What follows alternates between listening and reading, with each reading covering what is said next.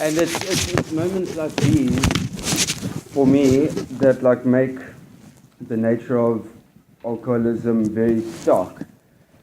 Like here I am celebrating my 1 year, like yay, good times, whilst there's people I know around me, dying from the disease. And that's, it made it very clear, it's black and white, it literally is active alcoholism, which is jails, institutions, and death, or it's recovery, where people have a chance to live a happy, joyous, and free life, which I can honestly say has been my experience thus far. Obviously, I've had my ups and downs and all the rest of it, but I'll get to that.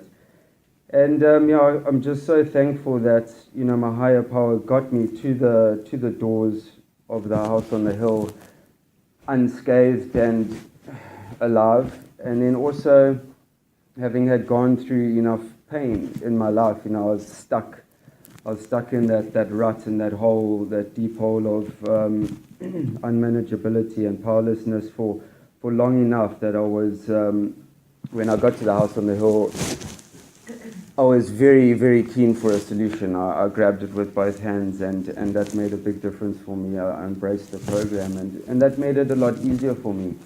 For me, walking into the doors, meeting people like you guys that are like me was an amazing feeling, like-minded people. Instead of me feeling alone and me against the world, here I had guys that were like me, that I could relate with, and boom, there's a solution, there's the 12-step program, a solution to get me out of this mess that I was in. So it was, all the variables made me really happy and excited. Obviously, it was tough to do, exposing myself, but anyway, that's part and parcel of the program. So I'll paint you a picture of myself from the beginning. When my mom was pregnant with me, she had yellow jaundice, so it's quite a hectic sickness or disease or whatever. So in the womb, I was like, abort this body, it's infectious, and I was born 2 months premature. So I was 1.8 kgs, I had to wear like doll's clothes, and I was put in an incubator. So luckily I was healthy, so I survived it, but it was quite I was lucky to make it through that. And then my parents got divorced when I was 2, because my dad was also quite a dweller when he was younger. So my mom, being the person she is, determined, independent and all that, divorced him, and so he wasn't around for the first few years. And then I don't really remember much, but I know over the age of 4 and 5, I got all of my sister's toys, like My Little Ponies and Barbies and these troll things, all with like synthetic hair made of plastic, and I piled them in the middle of a room, and I lit it, and I burnt a room down. We moved houses, and there was a banana plantation at the bottom of the house. I burnt that down too. I pushed my grand's car down the steep driveway at the house into this rockery, and I wrote that off. And tools and stuff had to be hidden from me, because I would literally go and take apart appliances like washing machines, sewing machines, vacuum cleaners. So I was quite a destructive little bugger, and that's and I was adventurous, and that's how it was. And then when I was 6, we moved up to Moy River, where my mom had a little thingy on the Midlands Meander, and that was an epic year. Milking cows, collecting chicken eggs, fishing. My best mates were the farm workers' kids. It was best memories of my childhood ever. What more, I suppose, could I ask for? And then one memory that sticks out for me there, where I could see the ism parts, or just one of my defects, I suppose, come out, was that my mom would pick me up from soccer practice. So this was class 1. My mom would pick me up from soccer practice like twice a week, and I'd be kitted, and I'd jump in the car, and she'd be like, "Oh, how was soccer practice?" And I'd be like, "Yeah, it's epic, we're going really well, I'm enjoying it," and all the rest of it. And then the one time she pulled in a little bit earlier, and one of my teachers came to the door with her car and knocked on the window, and she was like, Eve, I really think your son should participate in soccer practice. All the other kids are doing it, and it'll probably be good for him. And my mom was like, well, what are you talking about? I'll pick him up from soccer practice, for months now. And she was like, no, he goes with a group of kids behind the classrooms and he plays marbles. And, that's just like the inherent nature of mine to lie. It came so naturally, and I would spin my mom this big story, and I thought there was nothing wrong with it, but, I was doing it. Anyway, and then, so that was a year, came back to Durban, and that was like, whatever, class 2 to, I don't know how it works, 2, 3, no, it's class 2, 3, then grade 1, class 2, grade 1, and then grade 2. And that was normal, I had friends, I would participate in school plays and all the rest of it, but another thing that stood out to me there was that we had to write like stories for our teacher about our weekend. And it was a weekly thing. And once again, my mom went to parent-teacher evening, and the teacher said to my mom, she was like, wow, I can't believe the life you guys live. It is like amazing, like it's incredible. And my mom was like, what? We live quite a standard, normal life, well, what are you talking about? And it turned out that I was creating these massive, fictitious, extravagant, grandiose stories for some reason. Either, like my life wasn't good enough, or I wanted to try and impress my teacher through these stories. But once again, it was like creating a false reality. And over this stage, I also saw the ism part, that before booze ever even came into it with my family. When I was with my mom predominantly, I was myself, I was normal, I would complain and demand and do all this stuff as kids would normally do, and, I was myself. But when I'd go to my dad's every second weekend, my dad and my stepmom, and so from being young, I wanted to win my dad's, love, his affection. I'm an affirmation seeker. I wanted that, and for some reason I thought, like I must be a good boy, So I would withhold complaining, demanding. I wouldn't express any, like if I wasn't happy about things, I would rather just keep it in. I wanted to portray like a good boy image, so that I would get their love. And that was the beginning stages of mask wearing for me. And that withholding and keeping things in was the beginning of me being sick on that side of the family. Like that progressed, and I'll get into that. But so it was really happening there.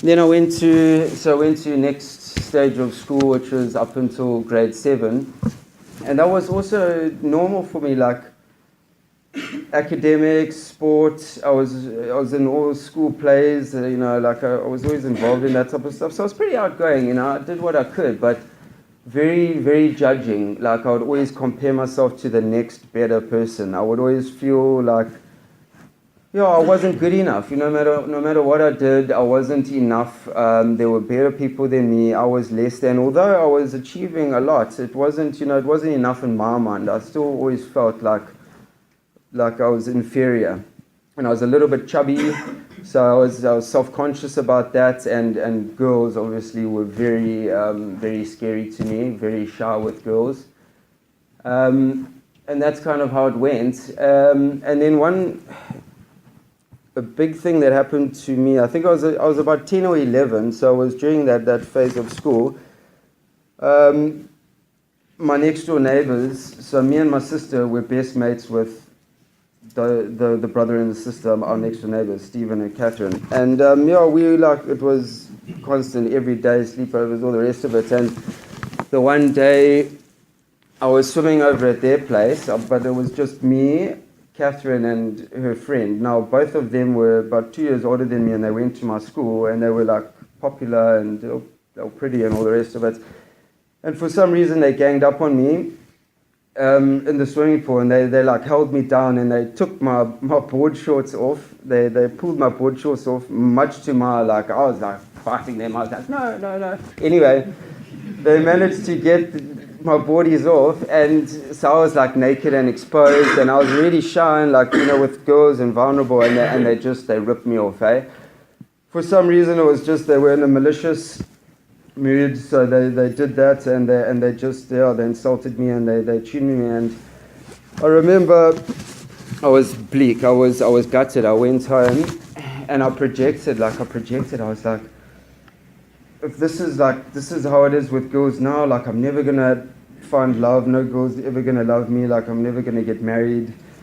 Like these were the type of thoughts that I had, because I overanalyzed a lot of things, and I projected a lot when I was young, as well as I've always done my whole life.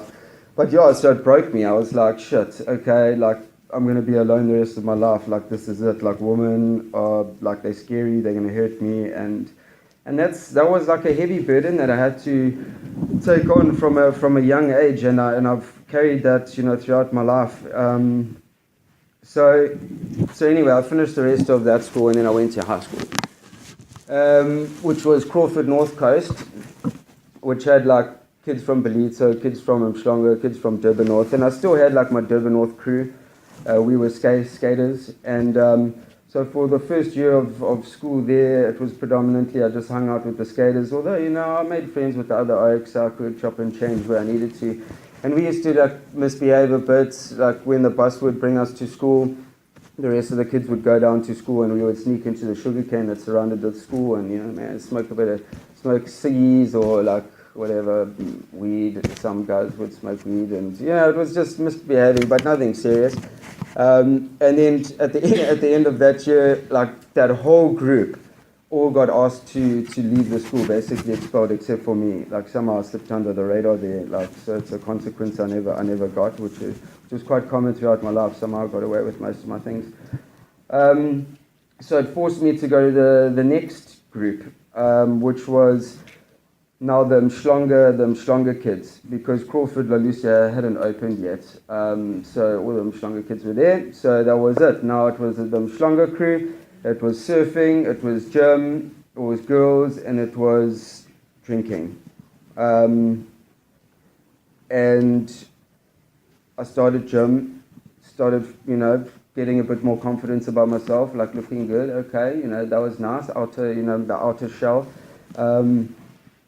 Surfing, that was fun, and then the booze, that was the main bottom line here, is that, so all of those fears and insecurities and inadequacies that I promise you every morning throughout my school life, like I would wake up in like dread, like today I'm going to get exposed, or something's going to happen, or I'm going to get found out for the fraud I am, the mask that I'm portraying, that they're going to be broken down and people are going to see me for who I am, that's every morning that happened.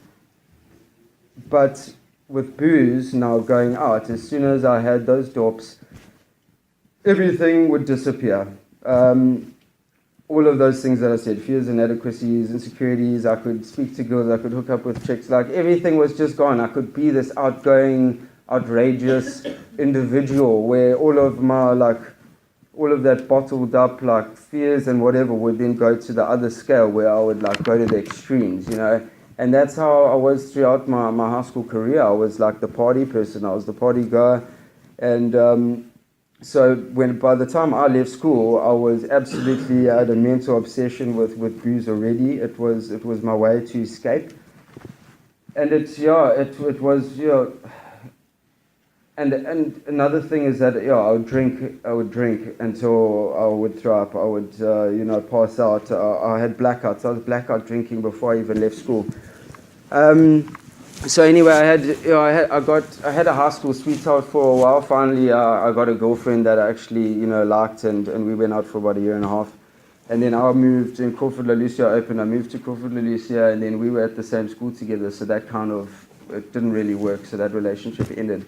And then kicked in my real. We started going to clubs, and I used to go to clubs with all my mates. So it was gym, it was going out, it was clubs, and it was girls. How many girls we could hook up with every night, the most, and that's what I took pride in creating an image. It was, so as long as everybody else saw that I was this fun, outgoing partier that could hook up with girls, they would think I was normal, and I kind of could lie to myself that everything was okay. It means none of that ever helped. The next day I would just wake up with dread and guilt and what did I do and who saw me, and I would feel disgusting the next day. But that was just something I took in to keep up with this persona I'd created.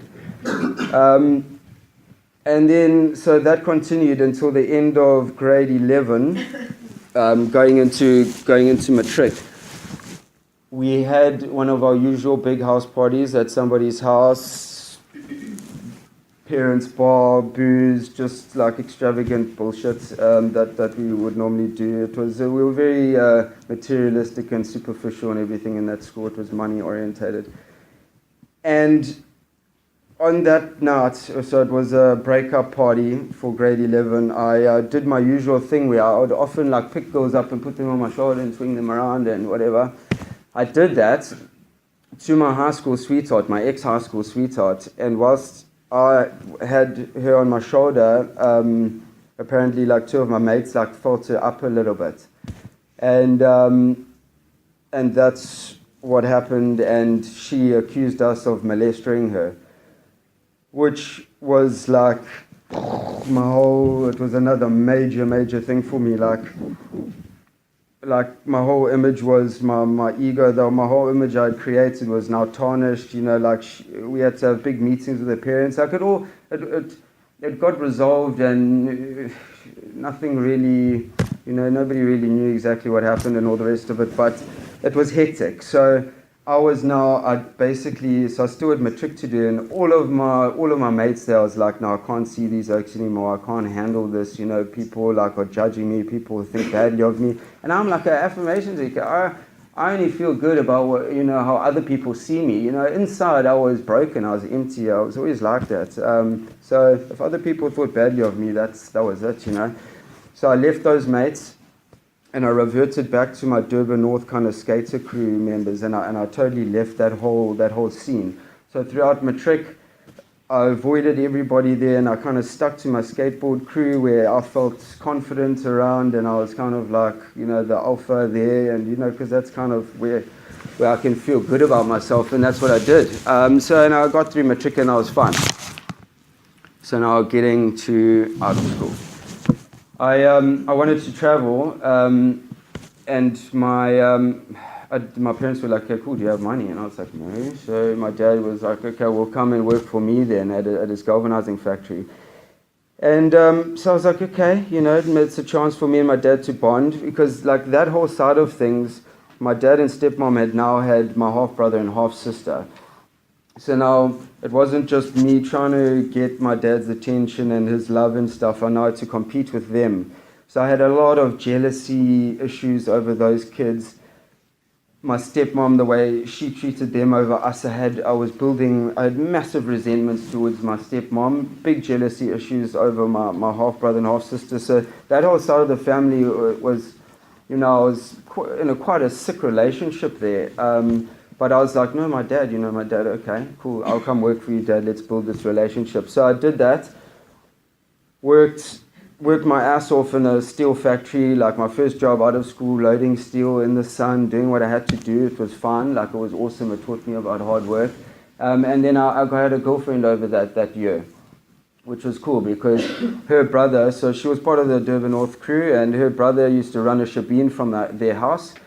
So everybody used to go to their place, and we used to drink, and I had the luxury of then just walking into their house and going to, sleep over, I suppose, because I was dating the daughter of the house. So it suited me just fine, and over this year, a few of my unmanageability things started creeping in. Like I dinged my car quite often here and there when I was drunk. I got arrested for drinking and driving for the first time over this year. I suppose I would make excuses here and there for being late for work and whatever when I was hungover. But that was basically it. Then the next year I went overseas, and it was also, I worked in a pub, made sure I was around booze, had to have it. I traveled and I did my thing, came back, and I went to go work for my dad again. And I did that for another 3 years. And it was quite hectic. It was night shift, 1 week night shift, 1 week day shift, working in a factory, wasn't really happy with it, but I was like, okay, I'll do it. I'm doing it. I'm working. I'm making progress. There was a future for me in the company. I was doing it to hopefully then take over my dad's company. And then whilst over those 3 years, it was just bought like the best car I could. I started hanging out with like a different crew from Mshlanga, rich kids.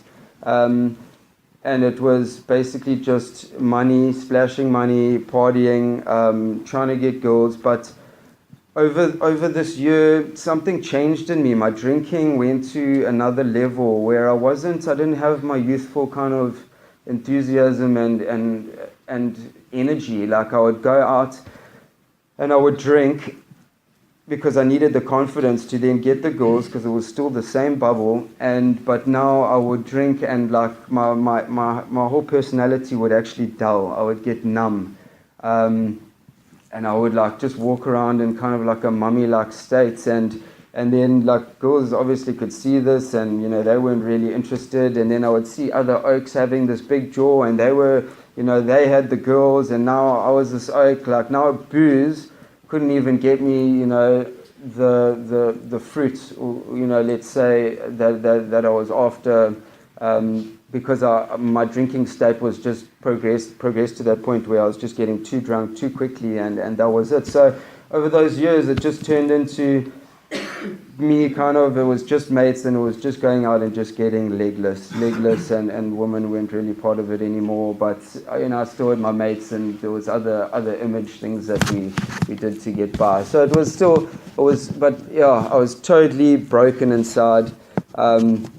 Work wasn't happy at home. I was very blank. If I wasn't like drunk, I didn't really have a personality. Like I needed booze to bring something out of me. And at home, I was depressed. I was morbid. My mom was always like, Ross, I'm worrying about you. Are you okay? And I would always say, no, it's fine. My sister would say like, Ross, we really love you. I hope you know that. She would want to pray for me, and it was bad. I was in a very depressive slump, but at least I had work, and I had mates, and I had this image. And then something happened. My dad walked up to me one day at work, and he said, Ross, I've got something to tell you. And I was like, what? He said, I got an offer I couldn't refuse, and I've sold the business.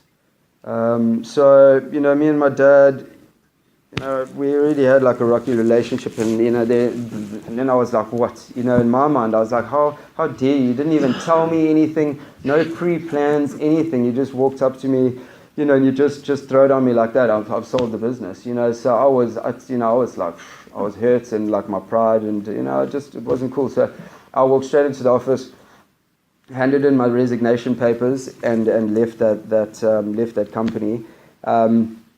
And I then got my dad to invest. Me and some mates started a second-hand car business, and I got my dad to invest money into that I was going to pay back. And I think we did that for about 2 months, and then it failed, but I didn't say anything. And then I took the investment money, and I just spent it. I literally took about a year off. I didn't do any work. I went to the beach with my mates, rode on motorbikes, this like really not real grandiose lifestyle, and I just spent money that wasn't mine to continue the lifestyle I was living. And I thought that was fine. I thought my dad deserved it. I was like, well, look what he did to me. I'm going to spend the money. I deserve it. Just like really, I was a very selfish person. I only cared about myself, and no matter.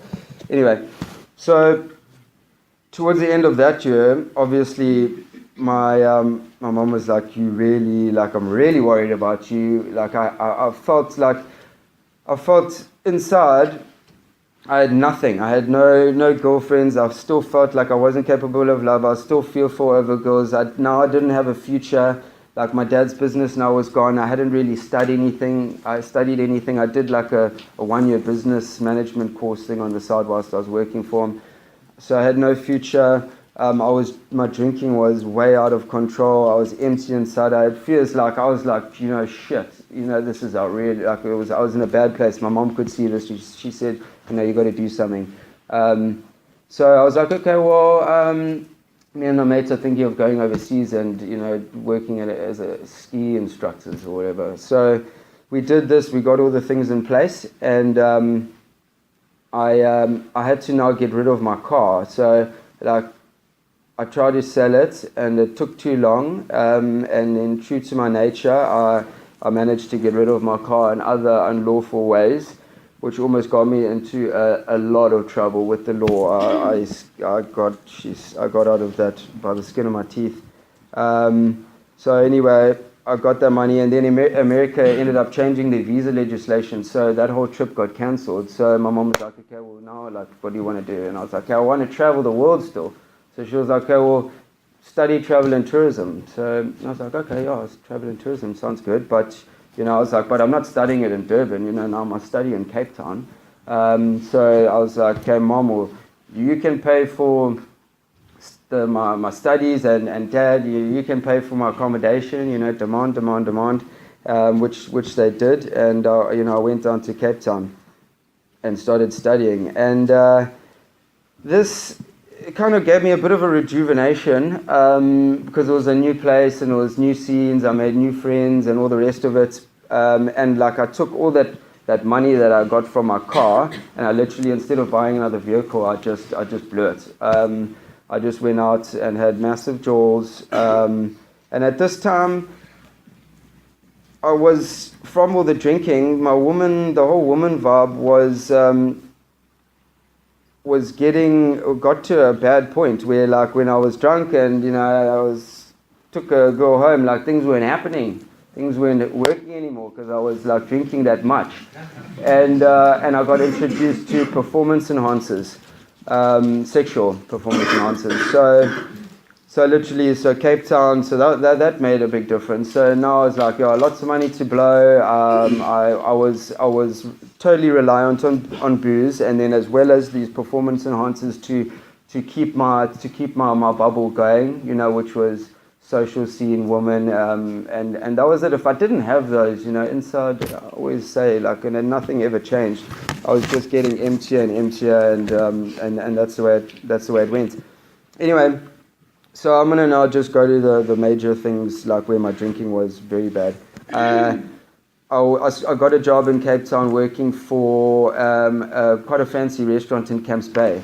And because of, like, my need to drink and all the rest of it, like, to function normally, like, my confidence was like zero. I had no self, I can't think of the right word. I had, like, my will to do things sober was like zero, and I felt like I couldn't do it. So anyway, working at this restaurant, I would, no matter if it was a morning shift or night shift, I used to have like 3 beers before I'd go to work. So even if my shift was like at 10 o'clock in the morning, at 9 o'clock in the morning, whilst I'm getting ready for work, I would drink 3 beers just so that I'd be off edge and I wouldn't be shaky and I could carry around a tray. I mean, that's where the level of my confidence, that's where it was at. It was low. And I worked there for a while, maintaining this just through drinking in the mornings and then drinking after shift. But like your college work, I nailed. Like academics and stuff, always luckily I could do. So that was fine. I could still do all of this other nonsense and still seem okay with college. I continued this work thing for a while, and then I like broke down the one day when I went to shift because I hadn't slept from the night before, and I rocked up and I was my manager was like, "What do you can't work like this, you fucked." And I was like, "Okay, like that kind of like really just hit me. I broke down. I was crying. I phoned my mom. I was like, I don't know what to do. My life's over. Like I can't do anything. I don't know what to do anymore. Like, and that was the first time I reached out and I went to a psychiatrist, and I was like, I'm shaking, I don't know what to do, like I'm depressed and all the rest of it. And she was like, well, I told her how much I drink, and she was like, well, you're a binge drinker, you've got a drinking problem, you must stop drinking, and you have some pills to take, So I was like, okay. So I took the pills, I stopped drinking for like a month, and things got better. But then obviously, a month later, I carried on drinking again. So that was the first little bump in the road. How much is the time? About 5 minutes. Seriously. So over this time in Cape Town, I got arrested for possession of weed. I was driving under the influence again. I got arrested for drinking and driving again. That all happened in Cape Town. Came back to Durban because I met a girl when I was on holiday, and I started working for my dad again. He was now in property development, so he offered me another job. And then this started a string of two kind of long-term relationships for me. So I had a new job, and I was trying to impress my dad, so that was okay. And then the girls, those relationships were absolutely dysfunctional because I had massive jealousy issues and insecurities and all the rest of it. So we would always fight, and there was always drama, very unhealthy because I was super unhealthy, and that happened for about 2 years, and then I left my dad's job and I went to go work for another fairly substantial property company in Durban. And I remember this was another big thing for me. I got into the lift to go up to go sign my documents to my employment forms or whatever to do it. And I remember just cruising up the lift thinking I can't do it. And I had a semi-panic attack. And this was at 8:30 in the morning. And I stopped the lift, or I let it close again, went back down, drove, it was in town, and I found an open bottle store. I was like, okay, cool, 6 beers please. Went to the beachfront, had my usual 3 beers, just so that I could go up to this workplace and sign the forms and, do it. It took the edge away. I was so dependent on alcohol. At this stage, I couldn't, if I had to, write, if, I was writing and people were, looking at me, I would freak out, my hand would shake. I had so much invested in what people thought about me, I would see, oh, they're looking at me, they're judging me, and I would shake. I couldn't eat in front of people. If there was a dinner, I would always make sure, okay, no, it's dinner, that's fine, I can have a few dips before, it'll be okay. But if there was a breakfast or something, I would panic, I would know the next day it was a big breakfast, I can't have a dop there. How am I going to eat? And I would always make a plan, either put my stuff onto a sami and say, no, I'm having an egg and bacon sami, just so I could get around these. So my world was screwed, it was very unmanageable, and I was powerless.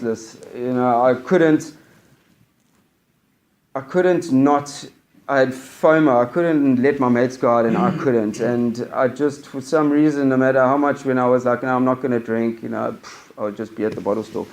Okay, then I'll go to my last year, because that was basically the same until 2013. I had a really, really nice girlfriend, but her parents were sharp. They could see that I had a drinking problem, and they started putting pressure on me. So I saw this, and I was like, no, backtrack. They see through my problem, So I treated her badly so that she would break up with me and end something that was really good there.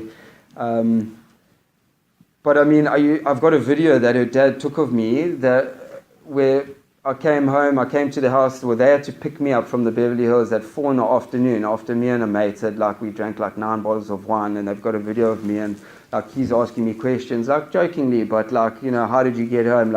What is your name? Stand, do this, and I'm just paralytic. I'm finished. I look disgusting. How could they how could they not say I don't have a drinking problem? All my mates stopped inviting me out to places because I would just be messy and I would cause cuck, and I was just ugly to be around. I was a really messy individual. I remember saying to them over the last couple of years, if this is it, if it's going to be like this, if life is like this, I don't want it anymore. I can't go on like this. So all my mates that really cared about me, they left me. They couldn't deal with it anymore. My parents were super worried about me. I was still just drinking and driving and carrying on like I would always do. Work, I would cancel meetings. I would leave work at 12. Work, because it was family business and I kind of was my own boss. I would say no, I'm going to business meetings, and I would go and I'd drink almost every day. I would go to the pub at 12 and I would drink. And I remember on my last rock bottom day, it was a Friday. And I was on my way to work, and I was like, no, I'm a bit hungover, screw this, I'm not going to work. And I pulled into the pub, and I started drinking. The oaks were still cleaning the floors and taking the stools off of the table, and I was like, no, they all knew me, so I started drinking.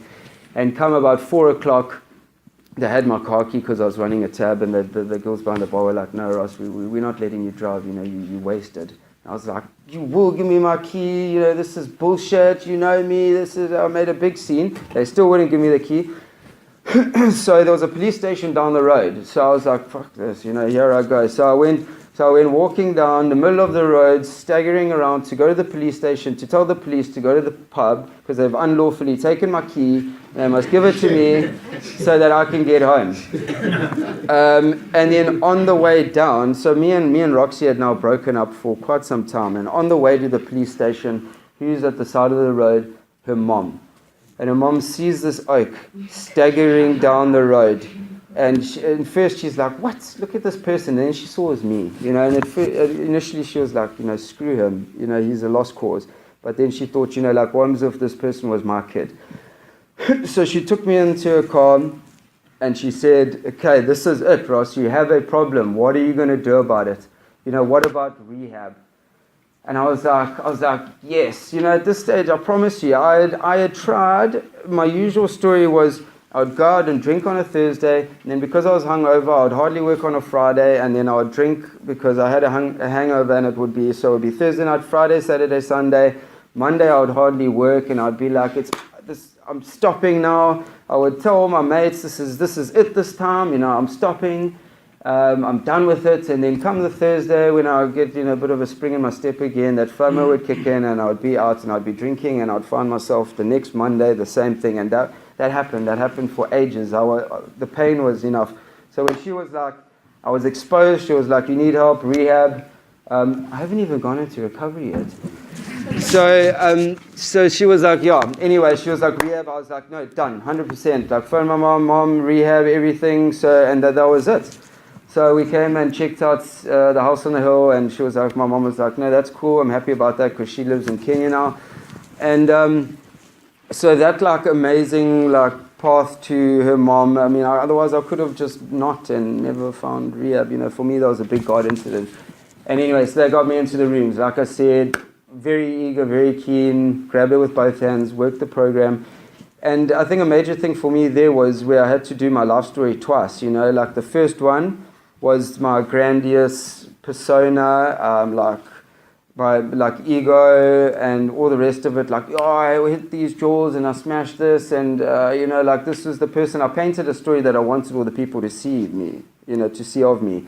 And so everybody really ripped me to pieces, and and then Brian was like, yeah, and you get to do it again. So I was like, okay, all right, okay, I'll take that.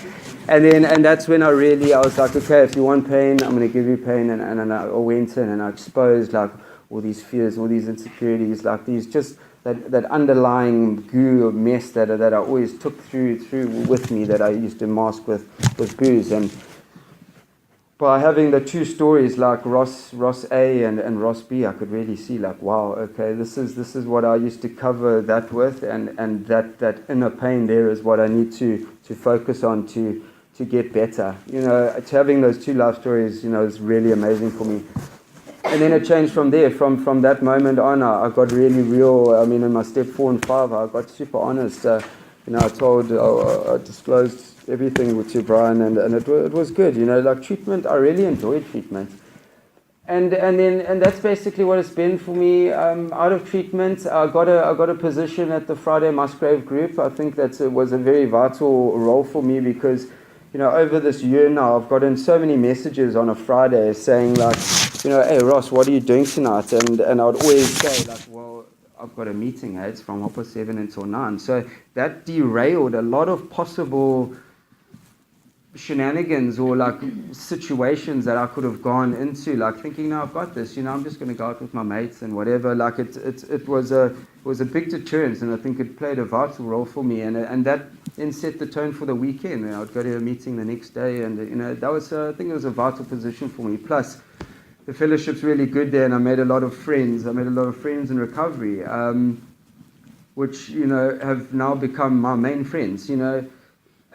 through the recovery, through my year, I like still went and I saw mates at bars, and I'd go to dinners, and I'd, every now and then go to a pub and sip my Coke and whatever. And I just saw that I let it naturally show me that this isn't like what I want. It didn't feel nice, and I just naturally then spend more time with members in the rooms, members that I was in treatment with, and we still got a good bond. And I just went to a lot of meetings, as we should in the beginning, and they've simmered down now, and I'm in a nice kind of routine with meetings. And I just faced my fears. Every situation, like even with work and with things that I would fear, that I'd normally drink about. Working the program and handing it over and knowing that my higher powers got my back, I had the ability to walk through it. Although I was stressing and worried and scared, and I didn't have the alcohol as my crutch, I was like, the program will work for me. My higher powers got my back, and that's how it's been with me in recovery. It's just been fearing situations and walking through them and growing from them. Every single day, it's just growth. Through step 11, seeing defects where they're coming out. It's just growth. It's been truly amazing, and I've been able to change the picture with my friends that care about me. I spend good quality time with them. They appreciate my company, my family. I spend so much time with them now. And it's not a matter of, okay, now I'm going to go check my family now, like let me drink, make it better, and shoot off as soon as I can because I want to go enjoy with my mates. I spend time with them, and I don't want to be anywhere else. I'm totally in the moment, and I'm happy to be there, so I've totally... so the family and then work. Work, I've obviously changed the picture there too. I'm punctual. I don't cancel meetings. I always do what I have to do. And so all the different variables where I had to change the picture, I've done. And I obviously plan to continue doing that for the rest of my life. But, it's happening. The programs work for me. Me exposing myself, any of those fears, any of if I'm scared about a situation, I would talk about it in a meeting. I love exposing that stuff to people because it's easy for me. It's way easier for me to just tell people that I'm scared about a situation than being in the situation. And so advice has always come my way. And so I've worked through all of my problems, all of those fears. Like I've said, my self-worth is just growing. It's growing.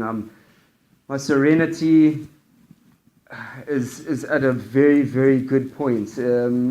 I meditate a lot, so I try and be quiet. I try not to project by handing it over and knowing that my higher powers got it, so I stay in the moment.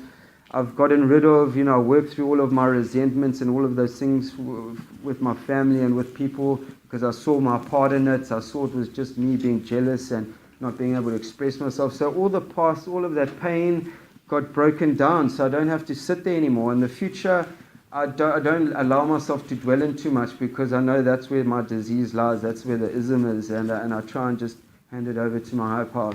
So I stay in the moment, stay grounded, I do what I have to do, although I'm not perfect, I could speak to my sponsor more, I could go to more meetings, I could do more service, but, I've done what I've had to do and I've made it. And I've enjoyed it, I'm literally, most days it's just cool, it's just chilled, and I don't have that guilt and shame and anxieties and fears. I'm starting a new job. I've got this job kind of came my way where I'm going overseas. It's going to be based, so I'm basically going to be running an art gallery and doing art auctions on various cruise liners around the world.